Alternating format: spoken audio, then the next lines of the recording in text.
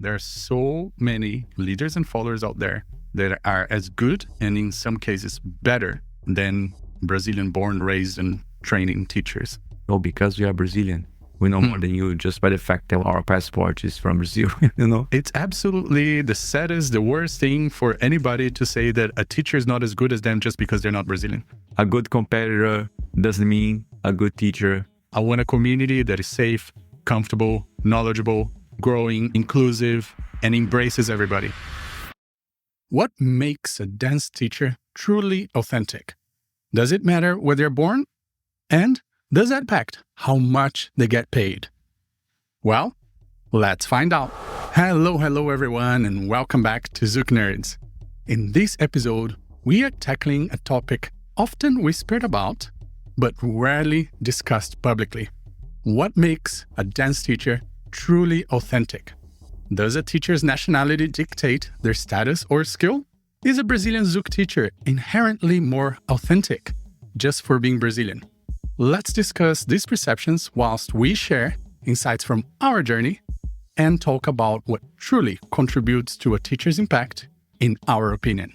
So, let's go!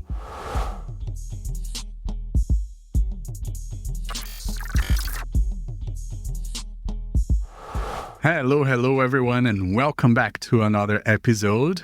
My name is Alisson and Sandi, and let's welcome back our beautiful co-host, Gui Prada. Hello, Gui. Hello, guys. Welcome back. Welcome back, Alisson. We are here today to talk about something a little bit controversial, polemic, and that we believe a lot of people talk about this, but maybe not publicly. So we're here to do that. We have received these requests multiple times, especially recently, and I also have heard about this over the years, which is, what makes a teacher authentic? Does it matter if somebody is from a country where the dance is from? So let's say, does an Argentinian person automatically gets more status, credibility, and payment in Argentine tango? Does a Brazilian dancer gets more status, payment, contracts, fame in Brazilian Zouk or samba de gafeira and all of the other dance styles just for being Brazilian? And you can go on and on and on for all the other dance styles. Is it true? Is it real? Does it really happen in the community? Well, I have a lot to say. I have a lot to say about this. And I think Guy and I are in a very special position because both of us have not actually had Brazilian dance partners, which is quite rare for a lot of the teachers that travel around and do this for as long as we have done. We haven't had Brazilian dance partners for whatever reason. For me, it was because my entire career has been outside of Brazil. So, I had local people, local partners that I worked with. For Guy, I believe the same situation, being in the US from the beginning of a teaching career. But I want to start just by saying that I don't believe in that because there are so many leaders and followers out there that are as good and in some cases better than Brazilian born, raised and training teachers. But I can see how that can be an issue and how that issue actually exists in terms of payment, credibility, authenticity, and all of those things. What do you think about that, Guy? Man, it's such a good topic. It's such a tricky one too. Although I didn't have Brazilian partners, I did have Brazilian partners for collaborations. I collaborated with Paloma for some time. We'll do it again with Brenda as well. So I did have those collaborations. I never had a full-on partner, let alone a Brazilian one. So yeah, it is an interesting position. It is an interesting topic. I always like to make food analogies about everything that is related to dance. And also language analogies as well. For example, learning Chinese. I looked someone from Taiwan to learn Chinese, to learn Mandarin Chinese. I looked from someone from Taiwan that I could learn from, that would explain to me from a Taiwanese perspective and the expressions from there and everything else. However, I was watching these videos about language learning, and the recommendation sometimes is that you learn from somebody that speaks your language and learn the other one. Because then they will be able to explain to you the language that you wanted to learn from the perspective of your own. And that might resonate better. And doing my classes with my tutor from Taiwan, I realized there was sometimes several limitations because he had a hard time translating what he wanted to say in English. And then when I had them speak with for example, with my friends from Singapore that speak English really well, and then they would like very quickly tell me the equivalence, So I was like, I was going for the authentic stuff. And the authentic stuff was really good because I was learning all the expressions, all the things from Taiwan. But in terms of the structure of the language in a more basic form, it was actually harder. And then someone who speaks English as well could explain to me these basic structures better because we are speaking a common language to translate the new language, So in terms of learning how to dance, that's super interesting because in tango, for example, I only had Brazilian teachers for a long time. And I remember when I went to Argentina to learn tango there, I was like, okay, this is cool. But I ran back to my Brazilian teachers because they could translate tango in a way that I could understand and made sense and making the connection with samba de gafieira, with bolero, with forró, with zouk. So there was this common language because the way that the Argentinians would teach was so different. And they had a feeling of the dance. They were already so embodied in the archetype, in the spirit of the dance, that it just exudes from their bodies. And they would say, then you do this. And you're like, do what?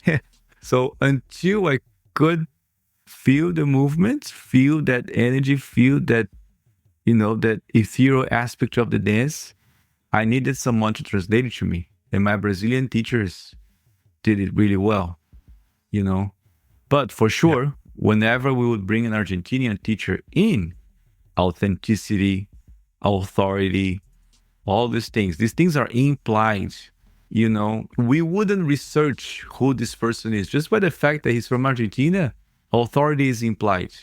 Just by the fact they are Argentinian people, Argentinian dancers that teach tango, double authority, So yes, it was more expensive. And yes, we, by default, would think that they knew more. But then in the class, sometimes we would learn cool things. But in my head, it was like, oh, I like my local teachers more, So it was more like being exposed to something new, to something truly authentic. They were speaking in Spanish. They were speaking Portuguese sometimes with a heavy Spanish accents. They moved in a particular way. They had all the little tricks and things that the tangueros have. And that was nice to see. But that didn't mean better learning experience necessarily. But in many cases, it meant being exposed to how the thing can be when it's in its like traditional form, in its maximal form. So it was two experiences. It was like the learning one and the, let's say, getting inspired one or getting different input one, I might say. So I will start there with my experience, like learning tango, for example. And that's exactly how I see it, because I think there's different stages of your dance that one may be better than the other. For example, when people ask me, I want to really get good at Zouk and I want to go to Brazil and spend 3 months there. And then they ask me if I think it's a good idea. And that really depends, because it depends on the level that you are at the moment. For example, I wouldn't really recommend you to fully go to Japan or Taiwan to learn their local language, like Mandarin or Japanese, if you didn't quite understand the structure well enough to be able to absorb as much as you can when you're there in person, right? So, for example, to start learning from a teacher from that country may actually not be that beneficial because they cannot relate to you or explain to you in a way that makes sense to you in your local life, in your local habits, or even analogies in your own language or country, culture, and things like that. So I normally say, look, learn as much as you can from the teachers that are local to you, that are available to you for like 1 or 2 years. And then once you really have a good understanding and you can dance really confidently with a lot of people, then you go and you have that experience. Because a lot of the times the teachers in Brazil are not going to be able to give you that relatable reference or that explanation that is going to make sense to you in your own head because of the language barrier and things like that. But they will be able to give you the feeling or maybe that vibe and the atmosphere. So now we're talking about more like the quality of teaching.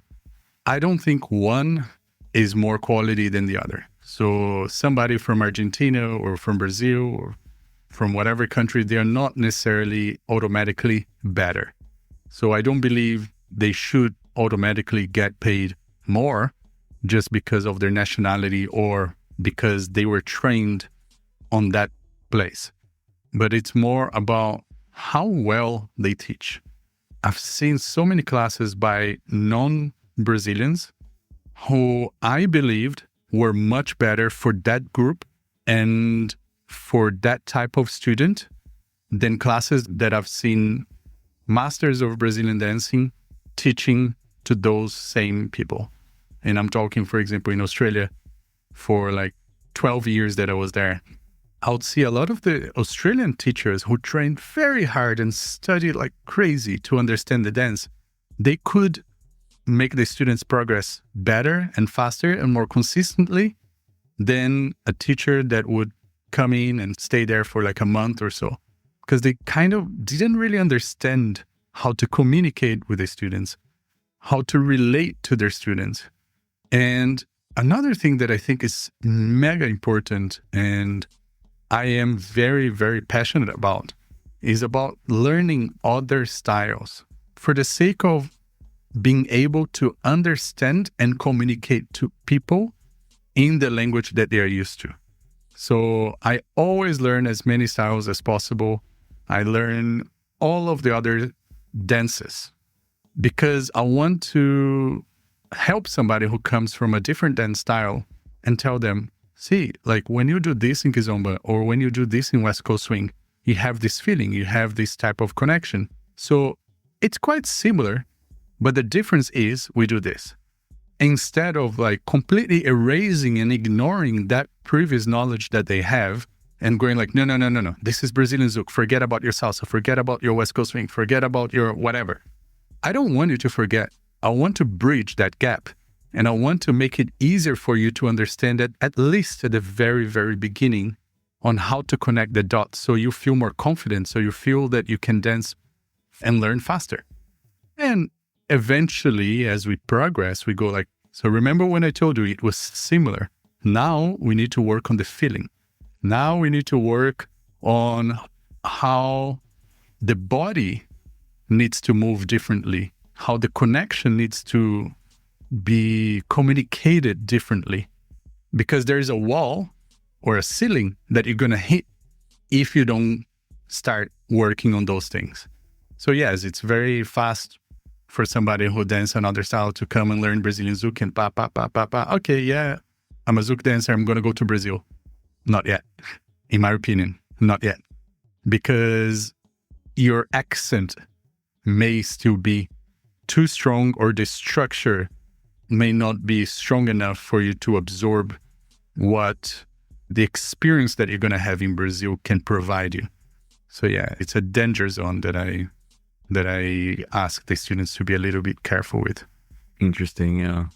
There is, I think, a conscious, unconscious bias about someone's skill or mastery of something based on where they are from. Now, if they are from the place where the dance is from, I think by default, you're going to be like, probably knows really well the thing.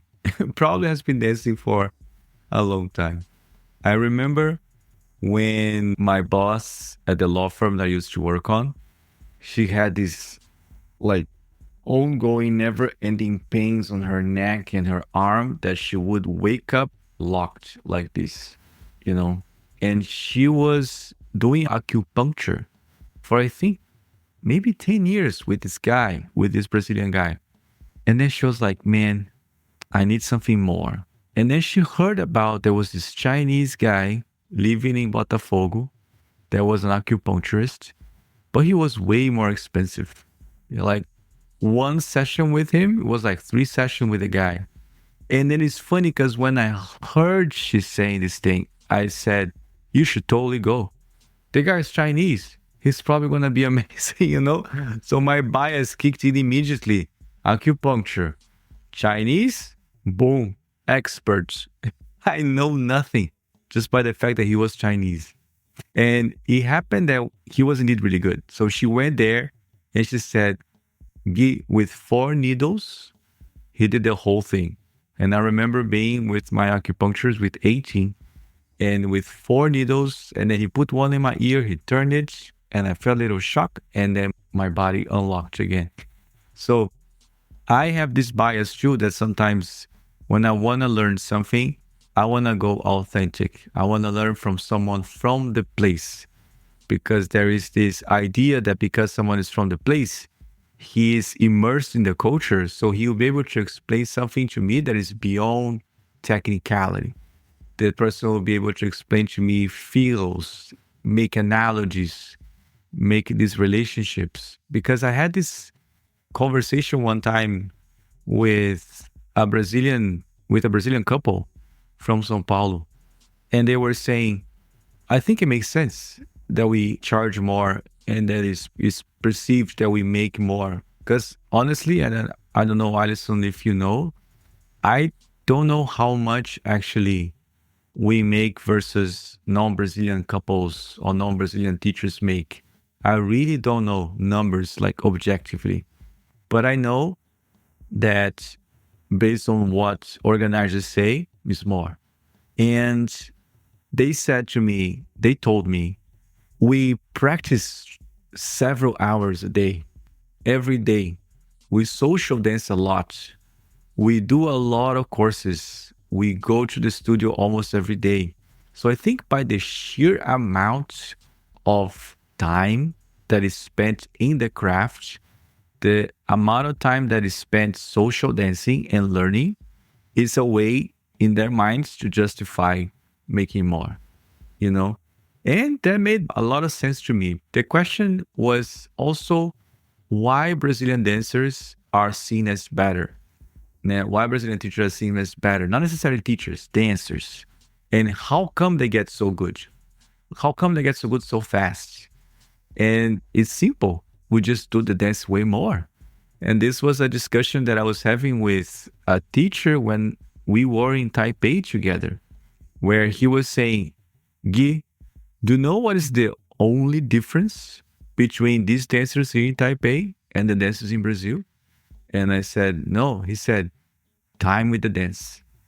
Mm-hmm. If we give these dancers here the same amount of time with the dance that people in Brazil are able to have, they're going to go far and beyond. The next teachers are going to come from here.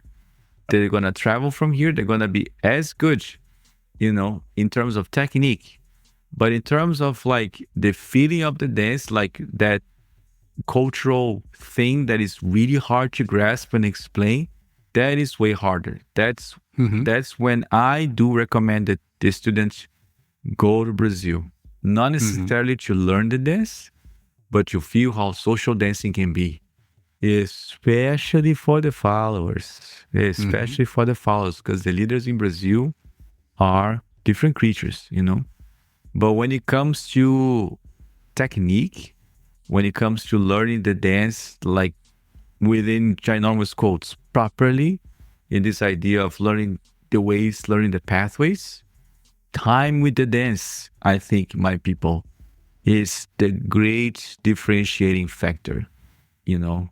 Not the authenticity of your teacher or whatever. It's more, yeah, exactly. It's all about time, practice, dedication, training. And I agree with you. Like, why majority of the times you see a Brazilian teacher, headlining an event or getting paid more here or there, it's because of the time invested, not because of the nationality, in my opinion. What I don't agree with, and I don't like, and I don't support as an organizer or as a member of the community, is when either the community or the artists themselves just give themselves that credit without actually earning it. Yes. When I have been in communities where it's sad, but teachers will actually voice it and go like, well, I am from insert country here.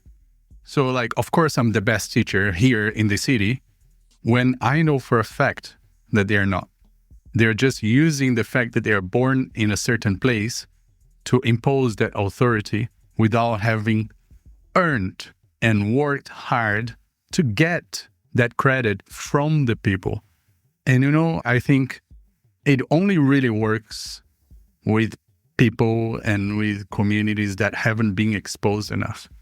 And we are very, very lucky and blessed in that case for like online things and social media, because nowadays we get access to a lot of information that we can go like, oh, that's good information. That's solid information. That's information that makes sense to me.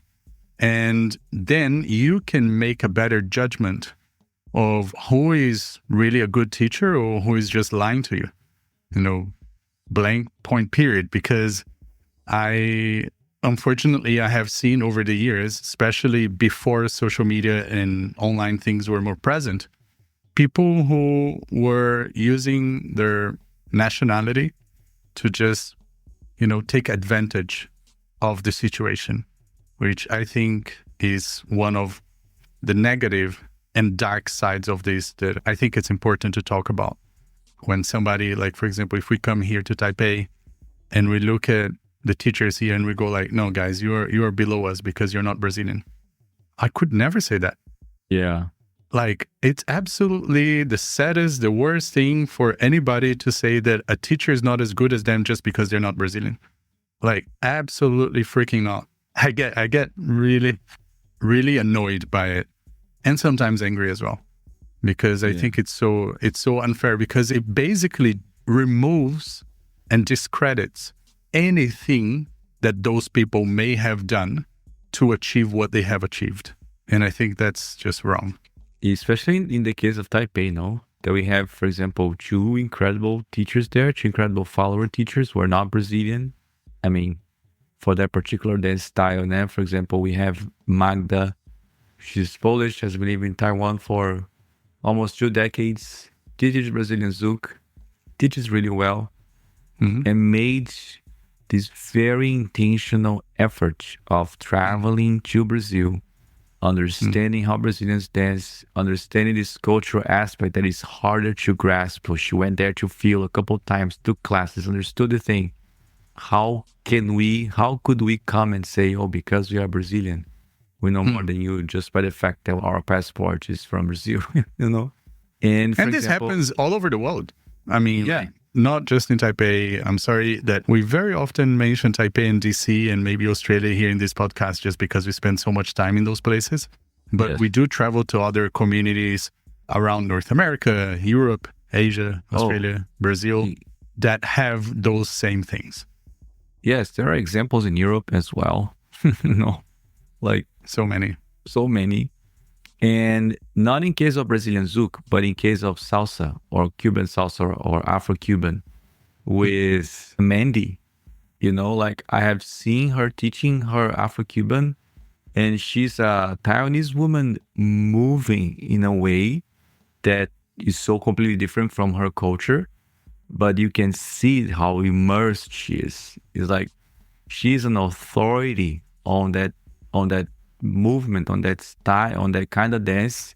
And she embodies the art form and she explains the art form. She explains the movement, how they and where they're coming from. So she explained the feeling behind the movement, So she's fully embodied in the art form. So she would completely deserve a pay that is as high as someone from the motherland, from where the dance came from. However, in reality, I think if we have someone from there being called and her being called, there's the likelihood of that person being paid more than she does is high because, it's the perception of authority. And this is something that was really cool that I learned once, that you have like your perception of authority and you have the actual authority, when you build authority, like you earn the authority versus when the authority is perceived already. And then in this sense, just by the fact that the person is coming from the land of the dance, the perception of authority is almost automatic, and that's hard for someone who is not from the motherland to work with that, because they would need to prove themselves a lot more in order to make themselves, be understood, be seen as someone, as a couple, or as someone who understood this dance and can convey not only technique, but vibe, feeling, and culture. So I think we are dealing with very intense human bias that it's really hard to fight rationally. I think it's something that goes through a long period of time. And unfortunately, these couples who are not Brazilian, they do need to prove themselves more. They do need to work harder. And I think that the Brazilian Zouk universe right now reach a stable point in what comes to new artists coming up. I think we stabilized with the new names, maybe, because at some point it was like 4 of them. And I think we are like more stable with what we have. So there might be some space for a new couple to emerge, and there might be some space for a new couple or a new artist, leader or follower to emerge, not from Brazil. I think there's like a gap there that could be filled. And that's the thing, like most recently, I think in Brazil, the competition has been so strong that people are actually training super hard and they are coming out of Brazil monsters, okay? I'm not discrediting that because right now competition in Brazil is very, very, very high. But looking 10 years back or even more, I wouldn't say it was the same. It was very much like, okay, you're good in Brazil. As soon as you step outside, you're God. And that is something that, that's something that doesn't go down with me, because I would see back then, especially back then, a lot of people who, as you mentioned, had to work 3 times as hard and they wouldn't get credit just because they were not coming out of Brazil, and that really hurts me because I'm like, bro, that's just not fair. That's just not fair, okay? Unfortunately, the community didn't have enough, references to make a good judgment. I think now the community also, with the references, with the exposure, the community is smart, very, very smart. And they can pick and select who are the ones that deserve that credit and who are the ones who are like, just pretending or giving themselves that credit. And I think it's very important to say also that, at least from my experience and over this last 20 years, every time I spoke to other teachers of Brazilian Zouk, like master teachers, very, very credited teachers, what do they think about this topic? They always told me, no, Alisson, I don't believe that the nationality matters, because I have seen so many people that are just as good and sometimes better than a lot of people trained in Brazil because they train 3, 5, 10 times harder. So at least from my perspective, this thing that happens of maybe separation and different pay and all of that, to be very honest, it's not something that starts from the artists themselves pushing and separating the non-Brazilians. It's more like the perception of the community, the bias of the community going like, well, that's a Brazilian teacher, that's not. I'm going to go to that one. Instead of that Brazilian teacher going like, don't go to that one because they're not Brazilian. Yeah. That sometimes happens. I know. But I'm just saying, like, generally speaking, from everywhere that I've been and spoken with, most artists are actually extremely, extremely supportive of everybody. And I, to be honest, have a little bit more support and bias for the non-Brazilians because I know how hard they work and I appreciate that. In every event that I organize, everything that I do, I try to do my best to support those who are working hard. And I don't care where your passport nationality is from. I see your work. I see what you do. I see the quality. I see the effort. I see the dream. And to me, that's what matters. Yeah, because they have to compensate for the lacking of opportunities to dance that the Brazilians have. So Brazilians, and I say Brazilians, I say people in the axis, Rio, São Paulo, Belo Horizonte, they have more opportunities to social dance. People from other places just don't have as many. So they do need to work harder. So bringing them in to teach, you are rewarding that effort that was made to bring this dance to this new place, sometimes in the other side of the world. So someone is making a ginormous effort to bring the dance to a new place. We're talking about Europe, but there's so many community leaders who are primary followers, who are working so much to bring the dance to their communities and to grow the dance, and have to find ways to compensate for the lacking of opportunities that they have to social dance. And they make it happen, and they find a way to explain the dance in a way that resonates with those who are around them, that can bring people in, that can, explain the dance to a group of people that would not get the dance otherwise. All these things are there. It's the thing more on who provides the opportunities for people to teach Zouk. The local community, the leaders and organizers, And there is a tendency of bringing the Brazilian artists because we want to bring the real thing, right?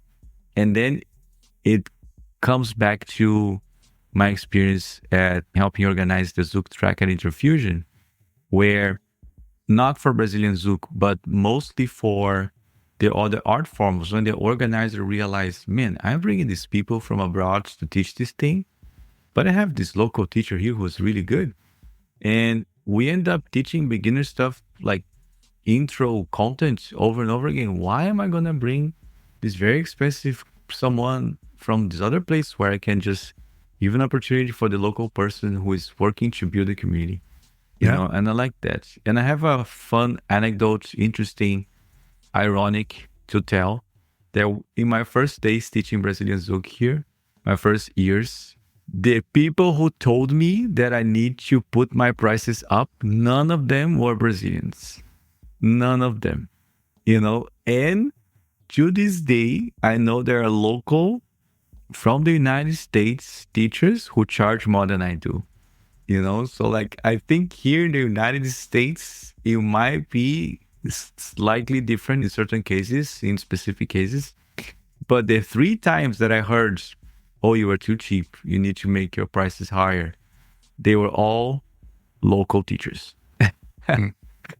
So I think that's maybe something that people who are listening would not expect, but it happened to me 3 times. So the 3 times I raised my prices, it was because a local teacher told me that I was too cheap. And it's very interesting what you mentioned about within Brazil that happens. Yeah. So it's not about just being Brazilian or not, but for example, Brazil is such a huge place that when you go to the north of Brazil in a local community, and then you have this teacher coming from Rio, it's red carpet and all of the things, because it's like they're coming from where all the stars come from. From the motherland, So within the motherland. exactly. So it even happens within Brazil. So it's just what it is. What it is that it's either the community wanting, or the organizers wanting something that comes from a place, or somebody really earning that credit and deserving that credit. So when I look at it from a place more of like, what do you bring to the community? What do you bring to the students? What do you bring to the event? I don't care where you're from. I'll bring you from wherever. If you bring what I think is worth, I will fully support that work. And I have organized a lot of events, and I do see that sometimes certain teachers will ask for more, certain teachers will ask for less. Sometimes I see a correlation between nationality or not, but most of the times I see more the relationship between price and I think like time in the dance, or time in the work, the community. So somebody who's been doing this, traveling, teaching, whatever, for like 15 years, it's beyond their nationality at that point. It's more because of their mastery and experience over time, but somebody who's like just came out of Brazil trying to charge as much as like somebody who's been doing this for 15 years, regardless of nationality, I'm not going to take that. I do not accept. I say, thank you very much, but this is not something that I can afford or something that I can support, because it's not just because you came from Brazil that you can charge as much as the other people who has actually been doing this for a long time. So there has been occasions where I had non-Brazilians that were getting more, were getting paid more than some people that were Brazilians. Because for me, the reward or the price is valid against their time and credit and credibility, and basically like the experience that they have and the product that they can bring.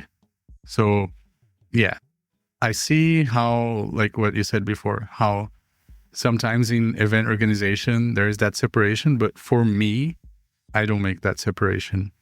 And I recommend people out there who organize events to, have a think about it, instead of just giving credit because of nationality or something like that, but actually think about what do they bring, regardless of where they come from. Because maybe your community does not need that couple or that type of teaching. Your community needs a different type of teaching. And maybe that could be a couple that does not come from Brazil or is not born in Brazil but living near you. It could be any other person who is a highly skilled teacher that can give to your students what they need and what they want. Yeah, this topic can go for a very long time. Because I was having like conversation with two organizers from two different parts of the world when we're talking about the economics of an event. And they were basically saying that although sometimes they know that their community would benefit more from this person here, like maybe a more senior teacher, someone who has been around for a longer time, being afraid that they will not sell as many tickets, or they feel uncertain that they will sell enough tickets for this person, but they know that if they bring this new couple from Brazil, they'll probably sell more tickets. So even though they don't know, and then it gets into this like paradoxical, slightly schizophrenic behavior of the Brazilian Zouk community sometimes, where what you want to bring to your students and you have a desire to bring certain things, but then you bring the thing sometimes that you don't want, but you bring it anyways because you think that's the thing that's going to pay the bill. It's the thing that's going to make the event happen. So either you don't make the event happen, or you take the risk of bringing this more senior teacher, but a teacher that is maybe not on a high as he used to be, is less known, and that can be Brazilian, non-Brazilian. or you bring the Brazilians who have this perceived authority and will sell more tickets. That's something that I find so fascinating, actually. And another thing that I have been noticing is some events in Asia, I'm seeing there is the couple there or the teacher who is coming, and underneath, Max certified, I don't know how many wins in Jack and Jill, so like they are starting to put underneath the name some sort of like certifications that this person is qualified. So like this person is not Brazilian, so it doesn't have the perceived authority. So you have to show that they have some authority. So what you say, oh, they completed MAC, they won Jack and Jill a couple times. And there was recently a case of a Brazilian teacher who lost work opportunities because he didn't place in Jack and Jill. And then he made several posts on Instagram about it, saying that like a good competitor doesn't mean a good teacher and vice versa, So there's like these qualifications that sometimes are required, even if you are Brazilian, because there are a lot of Brazilian teachers who are, like you said, the competition right now is fierce, who are scrambling to get an opportunity. And there was this event in Brazil recently called Zouk, who intentionally hired a more diverse lineup. Teachers from all parts of Brazil, teachers from like all walks of life, teachers from all color, all age. So it was a very diverse event, and it was intentionally done this way to also bring opportunity to other people. So it's so complex. There's so many moving parts. We are dealing also with dance economics and the perception of what will sell tickets and what will make the event at least break even. So we are also thinking about these things as organizers. Sometimes it's a balance that is hard to strike, I think. I think when I'm looking at it from an organizer perspective or somebody who is coaching or assisting somebody who is an organizer, I really try to get them to focus on what is good for the long run, right? So sometimes community leaders, organizers, they're like, oh, I just need to bring a couple every month, to get the energy, to get the vibe and blah, blah, blah, blah, blah. And I'm like, how is your weekly classes going? Are people coming? They're like, no. People can't afford the weekenders and the weekly classes. And I'm like, exactly. So you're actually killing the local community. You're killing your local community and people supporting local teachers because you're bringing all of these couples all the time. And there's only so much time and money that people can spend, So actually invest more time in your local community instead of just bringing teachers all the time. Oh, but people want the traveling teachers. I'm like, yes, that's cool. Some people do, but some people are to be honest, not some people, a lot of people are very happy with your weekly classes. And that's why they're here. And that's how you build this community. So trust in yourself that what you're doing is great. And then the weekenders are like an extra thing, maybe once every 3 months or once every 6 months. But the real work of growing the community is your daily work with the community, your weekly classes, your communication, your promotion, your networking with everybody and making sure that the community grows. It's not this teacher that travels every now and then and comes here, dumps a bunch of moves and leaves, and nobody remember those moves in the next day. Yes. It's not. They never get the chance of having a homemade meal. They're always going from restaurant to restaurant every weekend, and never get to experience like some stable, comforting, homemade meal. And it's the thing, man, that's the thing. You were saying something that annoyed you before the middle of the episode. Man, this is the thing that annoys me the most. When the organizer says, oh, but that's what they want. And I'm like, that's what you want. That's what you want. Because how do you know? Have you surveyed everybody? Had you went around and asked if they wanted? Because I know people from communities that are like more focused on weekenders that they really want regular classes. So it's like sometimes the desire of the organizer is translated as the desire of the community. And then because the organizer has the thing, I used to hear this so many times, like, why do you teach these things? Like, oh, because that's what people want to learn. And I'm like, no, no, no, no. People will learn whatever you teach.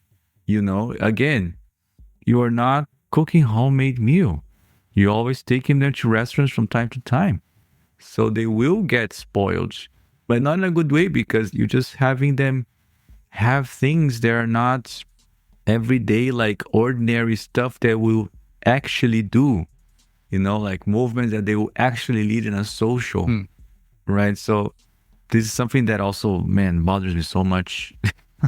Yeah, we can always go back to the previous episode, so please make sure you follow and subscribe and check all of our episodes on Spotify, YouTube, Instagram, because we've spoken about this where like the community is a very top-down thing. Okay, so most of the best of communities that I've worked or seen and the best dancers that I've danced with, they're from communities of teachers that are very focused on what do they want their students to be. Do you want your students to be comfortable dancers that can dance with anybody? You want your students to know what the dance feels like and how the dance is structured. Focus on that. Focus on that.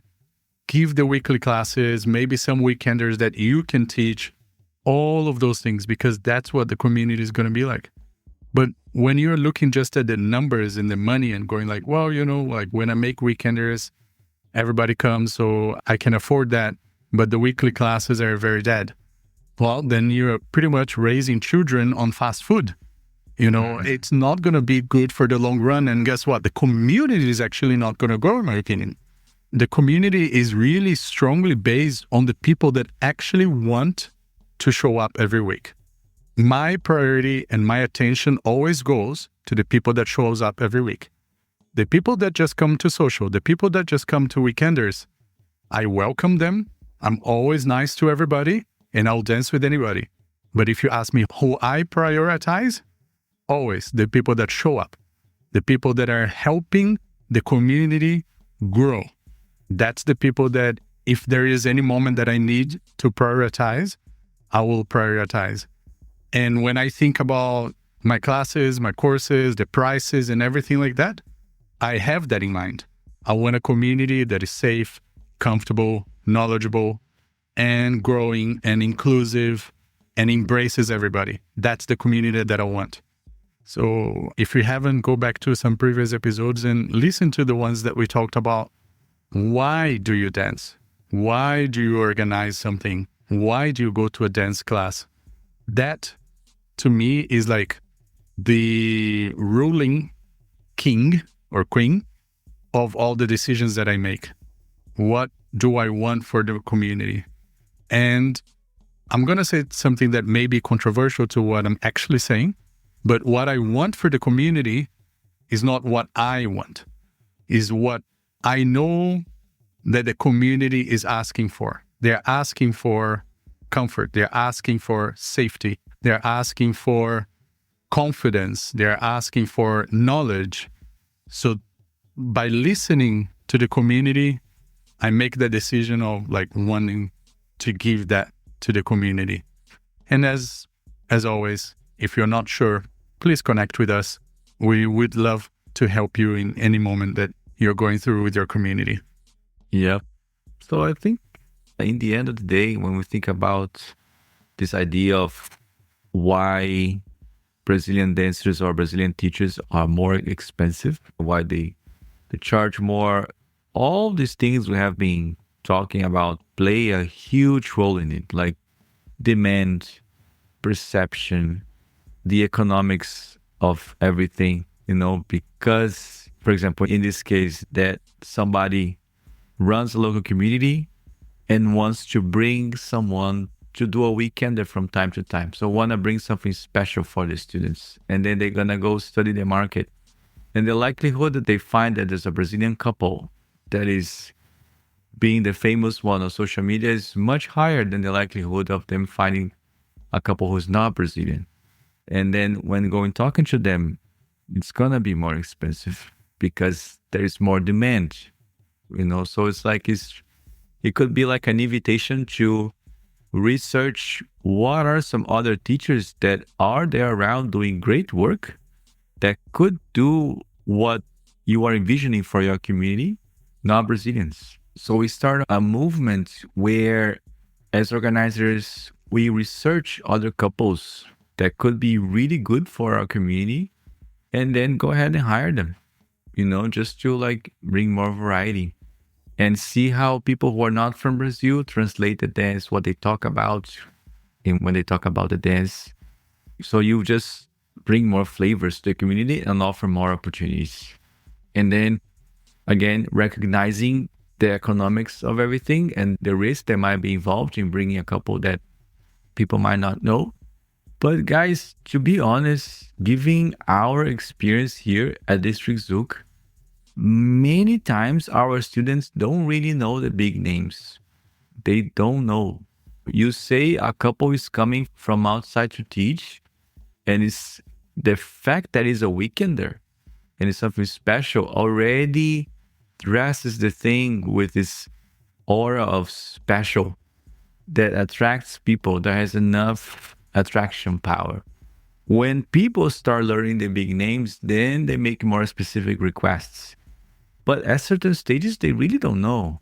At least that's our experience here. So you can bring a couple from another country and people come, at least again, in our experience. So give people the benefit of the doubt to let them give a chance to these people that they don't know about, because they also don't know about anybody else. Sometimes the local Zouk teacher is the biggest authority. And if they say this couple is good, people are like, okay, so this couple is good.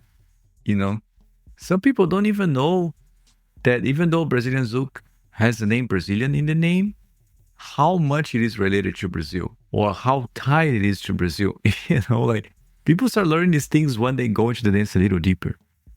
Yes, and if you're not aware of who those teachers are, please connect with other community leaders and ask around.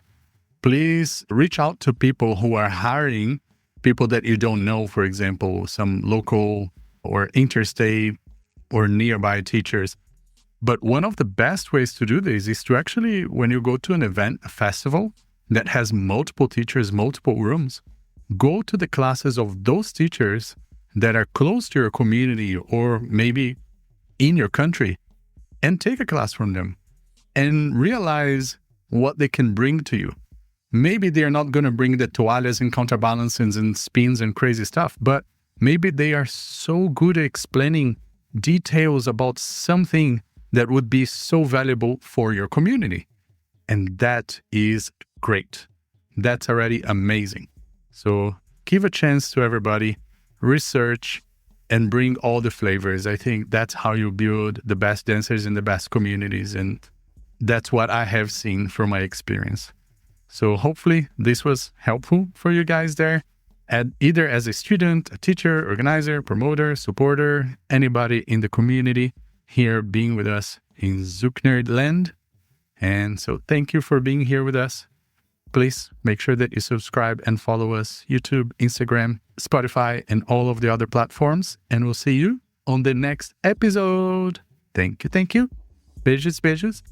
Abraços and ciao. Bye, everybody.